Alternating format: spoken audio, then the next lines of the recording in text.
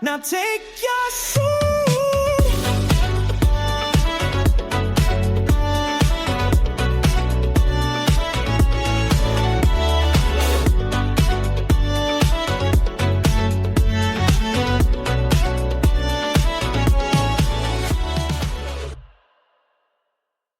Hey everyone, welcome back to Birdies and Blockchain. I'm Katie Randall, and I'm here with my partner in crypto and golf crime, Crypto Dan. Dan, you ready for some drama on the fairways? Always, Katie. Especially when the John Deere Classic is serving up this much suspense. Davis Thompson is out there trying to do what nobody's done since, 2011? Go back-to-back at Deere Run. That's a long drought for repeat winners. Yeah, and he's sitting at 15 under after 3 rounds. But Seamus Power is right on his heels. I mean, Seamus has been lurking all season, and you just get the sense he's due for a big Sunday. I love this kind of pressure. Reminds me of my old D1 softball days. There's nothing like defending a title with everyone gunning for you. I remember this one regional final. I was pitching on fumes, and every batter felt like a boss fight. You can't let up for a second. That's the thing, right? Golf's got that same vibe. You're out there alone, and the leaderboard's just this constant reminder that someone's coming for you. And it's not just the big names. These open qualifiers, man, they're wild. Lee Westwood, back in the mix for a major? That's a comeback story. And Lucas Herbert, you could see how much it meant to him. The guy was emotional just getting through. Plus, a couple of amateurs, Richard Teeter and Cameron Adam, making it in. That's got to be surreal for them. Totally. And did you catch the drama with Sam Horsfield? He had to withdraw after a brutal night, and then he drops that "don't listen to propaganda" line. I mean, what even happened there? Golf's got more plot twists than a Netflix series lately. And the course chatter is heating up too. Shane Lowry's talking up his chances at Portrush, even though he's been struggling. Meanwhile, Bryson DeChambeau called Portrush diabolical. That's going to be fun to watch. Strategy wars incoming. And let's not forget, the Scottish Open is right around the corner. McIlroy, Scheffler, Fleetwood, all the big guns are showing up. Plus, that new TGL league with Tiger and Rory is shaking up how fans watch golf. It's like every week there's something new. I love it. Yeah, and it's not just the stars. These up-and-comers are making things unpredictable. It's that mix, elite players and hungry qualifiers, that keeps golf fresh. Reminds me a bit of what we see in crypto, honestly. But, I'm getting ahead of myself. Where was I going with this? Oh, right, the pressure. You ever wish you could go back and pitch one more game, Katie? Honestly? Sometimes. But I think I'd rather have Davis Thompson's nerves right now than my old arm. Let's see if he can make history. All right, let's shift gears, because the crypto world's got its own kind of drama this week. But first, here's a little public service announcement. When we discuss cryptocurrency, we are not providing financial advice. We are not financial advisors. Therefore, please conduct your own research before investing in anything. I hope that we made that clear. Oh man, you're not kidding. Bitcoin's been on a tear, hovering around $109,000, which is just wild. But the real headline? That $8 billion Bitcoin transfer. It's the biggest on record, and nobody knows who moved it. The wallets are from the so-called Satoshi era, like coins mined in the earliest days. It's got everyone speculating again about Satoshi Nakamoto's identity. Yeah, and the theories are getting crazier. Some folks are pointing at Arthur Brito, the Ripple co-founder, because he just broke a 14-year silence on social media. Others are saying Roger Ver, or even David Schwartz. I mean, every time something like this happens, the Satoshi guessing game goes into overdrive. It's like crypto's version of Where's Waldo? Exactly, and the timing is just too perfect. Brito pops up online, then these ancient wallets move. But honestly, nobody's ever produced real proof. It's all speculation. I remember my first big Bitcoin buy. This was 2018? I was glued to the Blockchain Explorer, watching for whale moves. There's something about those mysterious transfers that just gets your heart racing. It's like, who's behind the curtain? And while everyone's chasing Satoshi, the market's just rolling.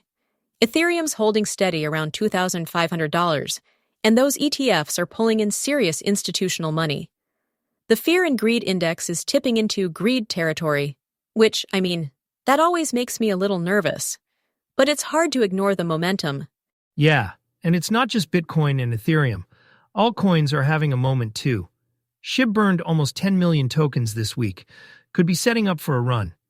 And Toncoin, did you see that? The price jumped 12% after the UAE Golden Visa news. Stake $100,000 in Ton, pay a $35K fee, and you might get a 10-year UAE residency. Although there's some debate about how official that program really is. Right. Some folks are saying it's more of a marketing play than a government-backed thing. But the market loved it. Ton's trading volume went through the roof. And it's just another example of how crypto keeps finding new ways to make headlines, even when the details are fuzzy. And don't forget, there's a bunch of events coming up. ETHCC8, Bitcoin Alaska, Web3 Summit Berlin.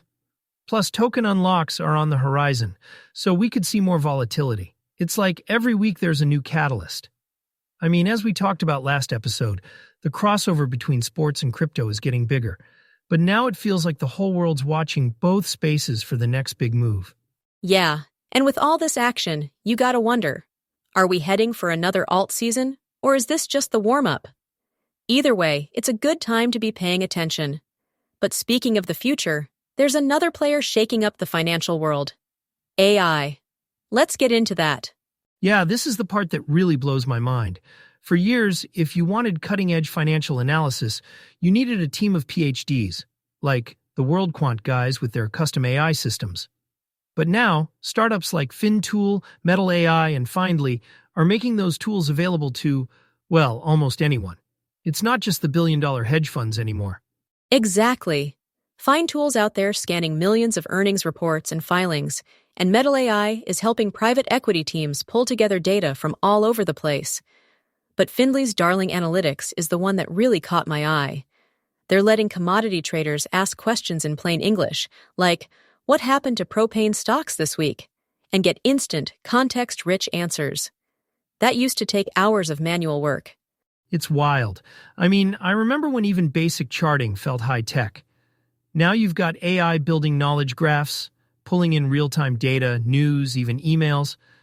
Traders can focus on strategy instead of just crunching numbers. But here's the big question. Does this actually level the playing field, or does it just shift the edge to whoever's got the best AI? That's what I keep wondering too. On one hand, it's democratizing access. Smaller firms can do what only the big guys could before.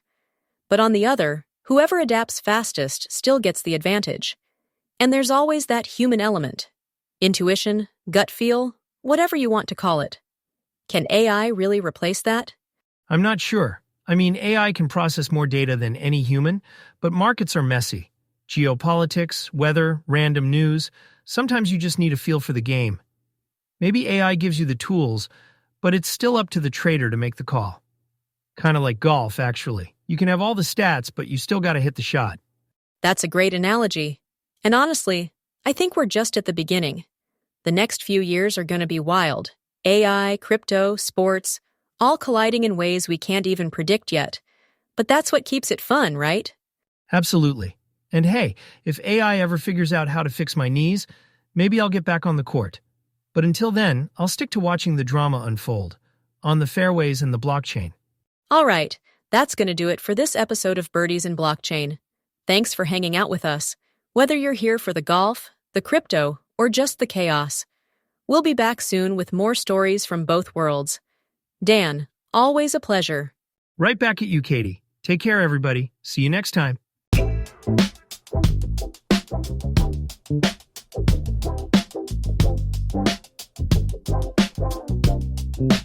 We talk tea times and tokens, clubs and coins. From eagles on the course to decentralized joints. Whether you're swinging irons or trading charts, you're part of the crew, the savvy and smart. So polish that putter, recharge that wallet.